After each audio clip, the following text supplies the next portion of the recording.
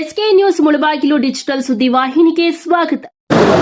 ಎಲ್ಲ ನನ್ನ ಕುರುಬ ಸಮುದಾಯದ ಮಹತ್ವ ಗಣ್ಯರಿಗೆ ಸೇರಿರ್ತಕ್ಕಂಥ ಸಂಘದ ಅಧ್ಯಕ್ಷರು ಹಾಗೂ ನಗರಸಭಾ ಮಾಜಿ ಅಧ್ಯಕ್ಷರು, ಡಿ.ಸಿ. ಬ್ಯಾಂಕ್ ನಿರ್ದೇಶಕರು, ಎಲ್ಲ ನನ್ನ ಪ್ರಮುಖ ನಾಯಕರು ಕೂಡ ಇಲ್ಲಿ ಸೇರಿದಿರಿ.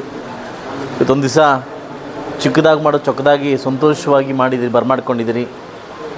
ಏನಿವತ್ತು ಶಿಥಿಲವಾಗಿರ್ತಕ್ಕಂಥ ಈ ಭಜನೆ ಮಂದಿರವನ್ನು ನವೀಕರಣ ಮಾಡಿ ಬಹುಶಃ ಮುಂದಿವಸಲ್ಲಿ ಭಜನೆ ಮಾಡ್ತಕ್ಕಂಥ ಕಾರ್ಯಕ್ರಮ, ಅಯ್ಯಪ್ಪ ಸ್ವಾಮಿ ಇಡಮುಡಿ ಕಟ್ಟಂಥ ಕಾರ್ಯಕ್ರಮ, ನಮ್ಮೆಲ್ಲ ಓಂ ಶಕ್ತಿ ಮಾಲೆ ಹಾಕೋಂಥ ಕಾರ್ಯಕ್ರಮ, ಇದೆಲ್ಲ ಇಲ್ಲಿ ಯೂಸ್ ಆಗಲಿ ಅಂತ ಕೇಳ್ಕೊತಾ ಇದ್ದೀನಿ.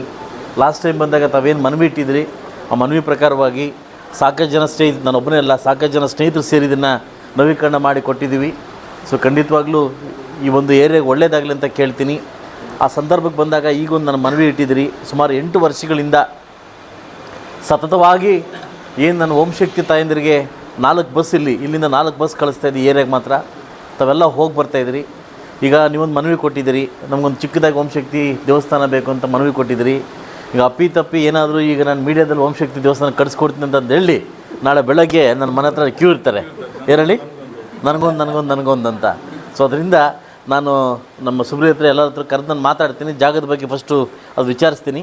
ಮುನ್ಸಿಪಾಲ್ಟಿ ಜಾಗನ ವ್ಯವಸ್ಥೆ ಮಾಡ್ತಕ್ಕಂಥ ಕಾರ್ಯಕ್ರಮ ಫಸ್ಟ್ ಮಾಡ್ತೀನಿ. ಆಮೇಲೆ ಒಂದು ಸಲ ನಮ್ಮ ಮನೇಲಿ ಕೂತ್ಕೊಂಡು ಕುಲಂಕುಷವಾಗಿ ಇದ್ರ ಬಗ್ಗೆ ಮಾತಾಡೋಣ.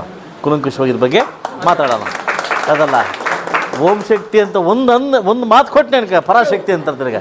ಸೊ ಅದರಿಂದ ಇಲ್ಲ ಖಂಡಿತವಾಗ್ಲೂ ನನ್ನ ತಾಯಂದಿರಿಗೆ ಒಳ್ಳೇದು. ನಾನು ಇಲ್ಲಿ ನಾನು ನಿಮ್ಗೆ ಹೇಳ್ತೀನಿ, ಫಸ್ಟು ಜಾಗ ಆಗಲಿ, ಆಮೇಲೆ ನಾನು ಯೋಚನೆ ಮಾಡ್ತಕ್ಕಂಥ ಕಾರ್ಯಕ್ರಮ ಇಟ್ಕೊತೀನಿ ಅಂತ ಹೇಳ್ತಾ, ಹಾಗೆ ನಾನೊಂದು ವಿಷಯ ಹೇಳೋಕ್ಕೆ ಇಷ್ಟಪಡ್ತೀನಿ. ಯಾರಾದರೂ ಹೊಸ ಸಮಾಜ ಸೇವಕರು ಬಂದಾಗ, ಓಟಿಗೆ ಬಂದಾಗ ನಂದು ಬಸ್ ಇರಲಿ ಅಂತ ಬರ್ತಾರೆ. ಯಾಕೆ ಹೇಳಿ? ಆ ಬಸ್ನ ಬೊಮ್ಮೆ ಹಾಕೊಳ್ಳೋಕ್ಕೆ, ಹೌದಾನೆ?